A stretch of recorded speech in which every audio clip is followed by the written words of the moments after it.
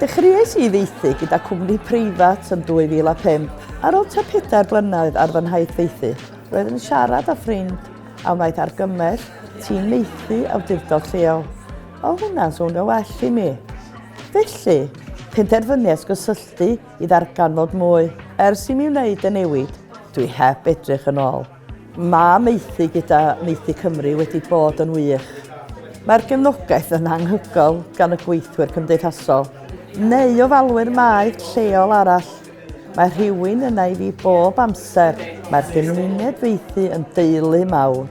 Rydyn ni'n cwrdd yn aml ar gyfer diwrnodau allan gyda'r plant a grwpiau cefnogi ar ein cyfer ni. Mae mor braf cael rhwydwaith mor dyn. Os ydych chi'n ystyried Maethu, cysylltwch â'ch awdurdod lleol. Mae ganddyn nhw gymaint i'w gynnig. Rydych yn derbyn yr hyfforddiant a'r cyngor sydd angen arnoch, gyda chefnogaeth bob cam o'r ffordd. Popeth sydd ei angen I chi fod yn ofalwyr Maeth gwych.